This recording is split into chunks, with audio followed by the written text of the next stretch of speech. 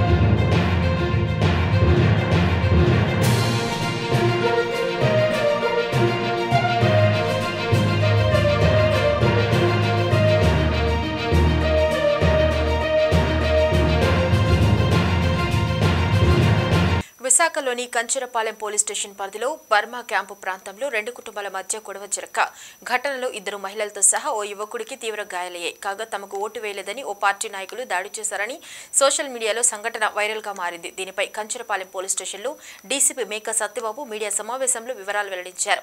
ఈ గొడవకు పార్టీలతో సంబంధం లేదని కేవలం పక్కపక్క ఇళ్లవారి మధ్య జరిగిన గొడవ మాత్రమే అంటూ వివరణ ఇచ్చారు. ఓటు వేసినందుకు గొడవ అని ప్రచారం జరుగుతోంది. అది వాస్తవం కాదు. ఒకే వీధిలో పాత కక్షల నేపథ్యంలో బుధవారం రాత్రి జరిగిన గొడవ ముందుగా దెబ్బలు తిన్న మహిళలు అవతల వారి ఇంటికి వెళ్లి గొడవ చేసినట్లుగా స్థానికులు చెబుతున్నారు. ఆ ఇంటి తాలూకు యువకుడు గొడవకు వచ్చిన మహిళలపై కర్రతో దాడి చేశాడు. అంతేకాని ఇందులో పొలిటికల్ ఇష్యూ లేదు అని పోలీసులు దర్యాప్తులో తెలిపారు.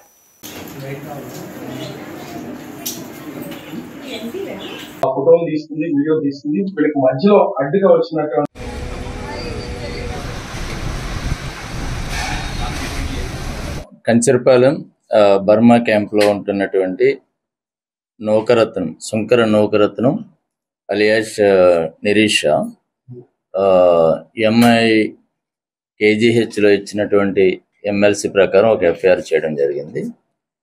ఇది 307, 354, 324, 323 రెడ్ విత్ 34 ఐపీసీ కింద ఎఫ్ఐఆర్ చేయడం జరిగింది.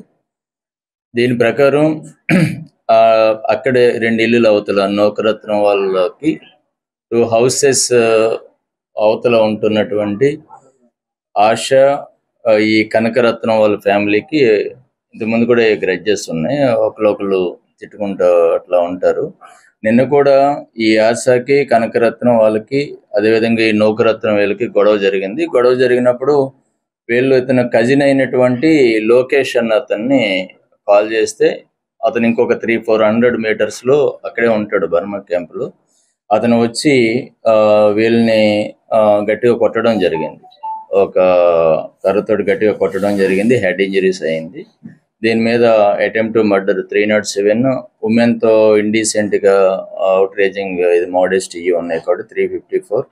అదేవిధంగా యాసాన్ అమ్మాయి రాడ్తో కూడా కొట్టడం జరిగింది.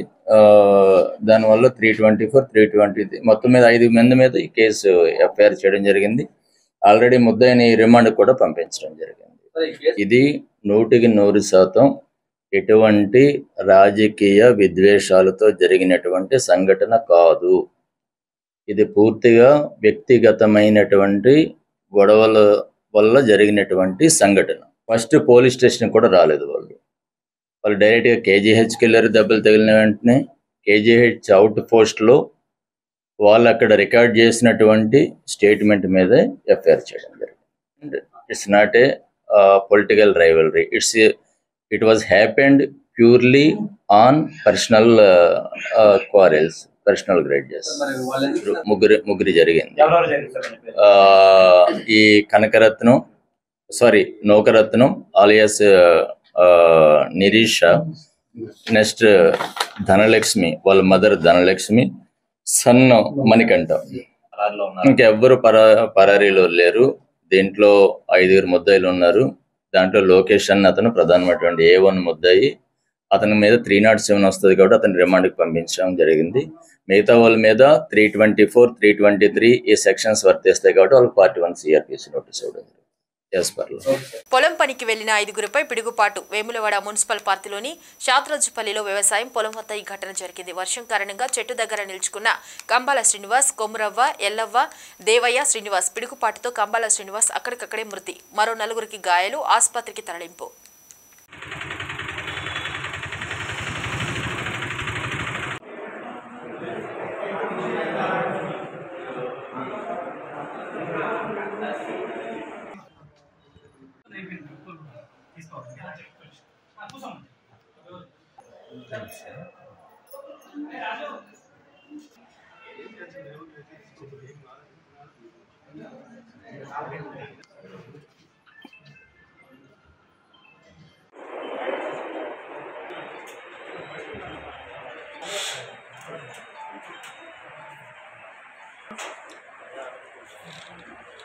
Okay, usually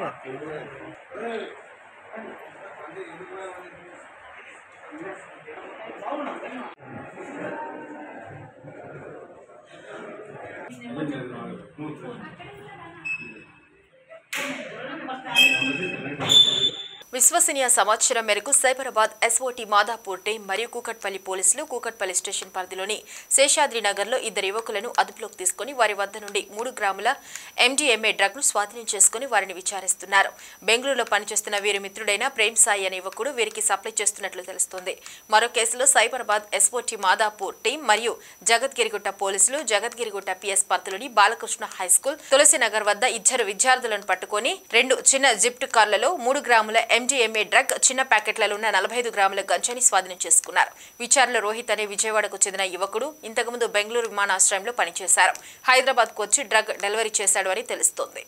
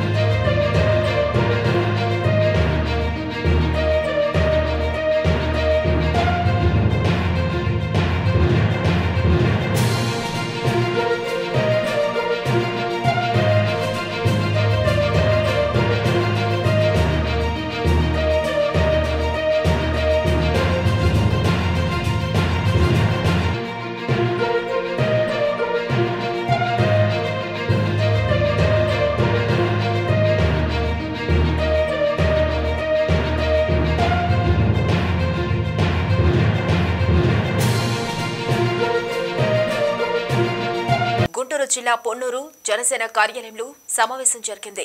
ఈ సమావేశంలో జనసేన నాయకులు మాట్లాడుతూ ఈ నెల 13వ తారీఖు జరిగిన ఎన్నికలలో కూటమి అభ్యర్థి నరేంద్ర కుమార్ 20,000 మెజార్టీతో గెలుస్తారని ఉత్సాహంగా ఈ 2 నెలలు మాతో ఉంటూ పనిచేసిన కార్యకర్తలకు జన సైనికులకు ఇంటింటికి వెళ్లి ఓట్లు అభ్యర్థించిన మా శ్రేయోభిలాషులకు కృతజ్ఞతలు.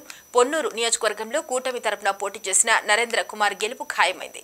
ఓటర్లు కావాల్సిన సౌకర్యాలు సమకూర్చడంలో మా జన సైనికులు కృషి మరవలేనిదని వ్యాఖ్యానించారు. పొన్నూరు నియోజకవర్గ పరిధిలోని జనసేన టీడీపీ బీజేపీ కార్యకర్తలకు నాయకులకు అభినందనలు కృతజ్ఞతలు. మీడియా మిత్రులకు నమస్కారం. జనసేన పార్టీ మా అధినాయకుడికి నమస్కారం. మా అధినాయకుడు ఉమ్మడి అభ్యర్థి ఎన్ఐ కూటమికి పిలిపి వరకు మేము ప్రతి గ్రామంలో ప్రతి మండలం మొత్తం పొన్నూరు నియోజకవర్గం పొన్నూరు టౌను ఏంది ప్రతి ఓటర్లకి ఉమ్మడి అభ్యర్థిగా తూలిపాల నరేంద్ర కుమార్ గారికి ఏంది 20,000 మెజార్టీతో భారీగా ఉమ్మడి అందరు కలిపి ప్రతి ఇంటింటి తిరిగి ఓట్లు వేయమని చెప్పి ప్రతి మండలం ప్రతి గ్రామంలో తిరిగి మేమందరం కలిపి టౌన్ రూరల్ టౌన్ ప్రెసిడెంట్ గారు మండల ప్రెసిడెంట్ గారు జిల్లా కార్యదర్శి గారు టౌన్ ఉపాధ్యక్షులు గారు నాగకృష్ణ గారు శ్రీధర్ గారు అందరం కలిపి మేము కారేసుకొని ప్రతి గ్రామంలో తిరిగి నరేంద్ర కుమార్ గారికి భారీ విజయం కోసం మేము పోరాడాము. పవన్ కళ్యాణ్ మాత్రం స్థిరత వహించి ప్రతి ఒక్కరు ఆయన ఆశయాలు ఆయన సిద్ధాంతాలు నచ్చి ఈ కూటమికి ఓట్లేసి గెలిపిబడును. జై జనసేన, జై జై జనసేన. మీడియా మిత్రులకు అందరికీ నమస్కారం. 13వ తారీఖు జరిగిన ఎన్నికల్లో కూటమి అభ్యర్థి అయిన ధూళిపాల నరేంద్ర కుమార్ గారికి మన జనసేన పార్టీ కార్యకర్తలు వీర మహిళలు అందరూ చాలా ఉత్సాహముగా ఈ ఎలక్షన్లో ధూళిపాల నరేంద్ర కుమారు విజయానికి అఖండ విజయానికి కృషి చేసి విజయం ఈ 6 సంవత్సరాల్లో చేయని ధూళిపాల నరేంద్ర కుమార్ చూడని వ్యక్తులు 7వసారి 20,000 మెజార్టీకి పైగా గెలుస్తారని మేము ఆశిస్తున్నాం. ఎండని కూడా లెక్క చేయకుండా ప్రజలు అందరూ వృద్ధుల దగ్గర నుంచి మహిళల దగ్గర నుంచి బాలింతలు కూడా ఎండలో నిలబడి ఓట్లు వినియోగించుకున్నారు. 6 గంటలకు పూర్తి అవ్వాల్సిన ఎలక్షను 8 గంటల వరకు సజావుగా జరిగింది. కాబట్టి అందరికీ ధన్యవాదాలు తెలుపుకుంటున్నాను జనసేన తరపు నుండి. జై జనసేన, జై పవన్ కళ్యాణ్. ఆంధ్రప్రదేశ్లో జరిగిన అసెంబ్లీ పార్లమెంటు ఎన్నికలు ఎన్డీఏ కూటమి అభ్యర్థిగా మా నరేంద్ర కుమార్ గారిని నిలబెట్టడం జరిగింది. ఈ ఎలక్షన్లో మేము నిరంతరం కృషి చేసి ప్రతి గ్రామానికి వార్డులకు తిరిగి జన సైనికులు బీజేపీ అలాగే టీడీపీ ఎన్డీఏ కూటమి 3 పార్టీలు కలిసి గ్రామ గ్రామాలకి వార్డుకి తిరిగి కార్నర్ మీటింగులు అన్ని వర్గాల్ని కవర్ చేసుకుంటూ మేము నరేంద్ర కుమార్ విజయానికి శాయశక్తులా కృషి చేసి అఖండ మెజారిటీతో గెలిపిస్తామని గెలిపించి ఆల్రెడీ గెలుపు ఖాయమైపోయింది. దానికి ఎలాంటి లేదు డోకా లేదు. వైసీపీ వాళ్ళు చేసే చర్యలు మొన్నే అర్థమైపోయినాయి. వాళ్ళు ప్రతి బూతుల్లో దౌర్జన్యానికి దిగి వాళ్ళు సిట్టింగ్ వేసుకొని కూర్చొని మమ్మల్ని ఏదో విధంగా గొడవలు చేసి రెచ్చగొట్టాలని ప్రయత్నం చేశారు. కానీ మా ఎన్డీఏ కూటమి అభ్యర్థులు జనసేన నాయకులు కార్యకర్తలు సమన్వయం పాటించి ఎన్నికలు సవ్యంగా జరగాలని ఎంతో ఓర్పుతో ప్రతి బూత్లో సమన్వయంగా ఉండి మంచి చూసుకుంటా వచ్చిన వాలంటీర్లు అందరూ కలిసి ఓటర్లకి కావాల్సిన మంచినీళ్ళు అన్నీ సమకూరుస్తున్నా కూడా గొడవలు పెట్టుకున్నారు వాళ్ళు. అలాంటి వాళ్ళు ఓటమి అర్థమైపోయింది వాళ్ళకి. ప్రజలు బారులు తీరి నిండు అసలు ఎక్కడా ఖాళీ లేకుండా బారులు తీరి 100 మంది 4-5 గంటలు క్యూలో నుంచొని ఓట్లు వేశారంటే వాళ్ళు మార్పు కోరుకున్నారనేది అర్థమైపోయింది. పొన్నూరు నియోజకవర్గంలో మన ధూళిపాల నరేంద్ర కుమార్ గారు భారీ మెజారిటీతో గెలుస్తారని మేము మా జనసేన పార్టీ తరఫున మేము తెలియజేస్తున్నాము. జై జనసేన, జై పవన్ వైసీపీ వాళ్ళు అంటున్నారు. గుంటూరు జిల్లా పొన్నూరు వైఎస్ఆర్సీపీ కార్యాలయంలో విలేకరుల సమావేశం నిర్వహించారు. వైఎస్ఆర్సీపీ అభ్యర్థి అంబటి మురళీకృష్ణ నియోజకవర్గ పరిధిలో ఎన్నికలు ప్రశాంతంగా వాతావరణంలో జరిగాయని భావిస్తున్నాను. నా రాజకీయ ప్రస్థానం పొన్నూరు నియోజకవర్గంలో ప్రారంభించడం సంతోషాన్ని ఇచ్చింది. గత 2 సంవత్సరాల నుంచి జగన్నామ సంక్షేమ కార్యక్రమాలు చేస్తున్నాను. పొన్నూరు నియోజకవర్గంలోని 60 గ్రామాలలో 125 ప్రోగ్రామ్స్ ఇప్పటివరకు చేశారు. మాధవ సేవే మానవ సేవ అనే సూత్రాన్ని ఎన్నికల ప్రక్రియలు కూడా అమలు చేసి నా ఆత్మ సంతృప్తి మేరకు ఎన్నికలు నిర్వహించాను. మురళీకృష్ణ ఈ సంవత్సరం ఎలక్షన్లో పొన్నూరు నుంచి శాసనసభ్యుడిగా ఎన్నికై అసెంబ్లీలో అడుగు పెడుతున్నాడు. ప్రజాస్వామ్యంలో గెలుపోటములు సహజం కాబట్టి ప్రత్యర్థులకు కూడా గెలుపుపై ఆశలు ఉండవచ్చు. ప్రజలు జగన్మోహన్ రెడ్డి సంక్షేమ పథకాల పట్ల ఆకర్షితులై వైఎస్ఆర్ కాంగ్రెస్ పార్టీ అభ్యర్థులను బలపరిచారు. పొన్నూరు నియోజకవర్గంలో నేను చేసిన సేవా కార్యక్రమాల పట్ల ప్రజలకు నాపై మంచి అభిప్రాయం ఉండి రాష్ట్రంలో వైఎస్ఆర్ కాంగ్రెస్ పార్టీకి 142 నుంచి 160 సీట్లలో విజయం సాధిస్తుంది. టీడీపీ మిత్రులు తాత్కాలిక ఆనందం పొందుతున్నారు. బెట్టింగ్లు పెట్టు డబ్బు పోగొట్టుకోవద్దు. ఈ ఎన్నికల్లో మహిళ తుఫాను కనపడింది. పొన్నూరు నియోజకవర్గంలో 99,000 మహిళా ఓటర్లు 93,000 మంది పురుష ఓటర్లు తమ ఓటు హక్కును వినియోగించుకున్నారు. అమెరికాలో లాగా ప్రత్యక్ష ఎన్నికలు ముఖ్యమంత్రిగా చంద్రబాబు నాయుడు గారు కావాలా, జగన్మోహన్ రెడ్డి గారు కావాలంటే 100కి 70 మంది ప్రజానీకం జగన్మోహన్ రెడ్డి గారే ముఖ్యమంత్రిగా కావాలని ఓటు వేసేవారు. అలాంటి ప్రక్రియ మన ప్రజాస్వామ్యంలో లేదు. రెండో ప్రక్రియ 175 నియోజకవర్గాలకు 175 నియోజకవర్గాల్లో జగన్మోహన్ రెడ్డి గారే నామినేషన్ వేసింటే పులివెందుల్లో లాగా 175 నియోజకవర్గాల్లో వారే ఎన్నికయ్యేవారు. అలాంటి అవకాశం మన ప్రజాస్వామ్య ప్రక్రియలో మన ఎన్నికల విధానాల్లో లేదు. కనుక నాలాగా అంటే వారి సంక్షేమ భావజాలానికి వారసులుగా ఉన్నటువంటి వ్యక్తుల్ని వారు అభ్యర్థులుగా నియమించారు. కనుక వారి మీద ఉన్నటువంటి మంచి అభిప్రాయం వారి పాలన కొనసాగాలని నాకు ఓటు వేయడం ద్వారా జగన్మోహన్ రెడ్డి గారికి వేసినటువంటి తృప్తి ప్రజానీకానికి కలిగినట్టు నాకు నిన్న అర్థమవుతోంది. సరే, గ్రామాన మా వారు కొన్ని లెక్కలు వేశారు. ఏమండి 10-12 వేలతో గెలుస్తారన్నారు. ఇంకొక ఆయన లేదండి 10,000తో అన్నాడు. ఇంకొక ఆయన 8,000తో అన్నాడు. ఏదో రకరకాల పొలిటికల్ అనాలిసిస్లు మా పార్టీ వారు తయారు చేస్తారు. అలాగే వారి పార్టీ వారు కూడా కొన్ని అనాలిసిస్లు చేసుకుని ఉంటారు. వాళ్ళు కూడా 4,000తో గెలుస్తాం, 5,000తో గెలుస్తాం, 10,000తో గెలుస్తాం.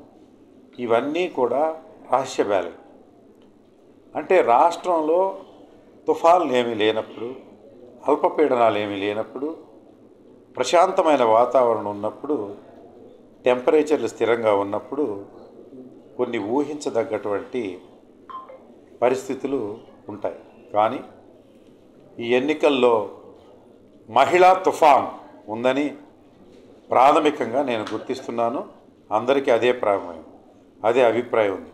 నేను ఒక విషయాన్ని విలేకరులకు రాష్ట్ర ప్రజలకు, తెలుగుదేశం వారికి, వైఎస్ఆర్ కాంగ్రెస్ పార్టీ వారికి, మిగతా పక్షాలన్నిటికీ ఒకటే ప్రశ్న వేయదలుచుకున్నాను.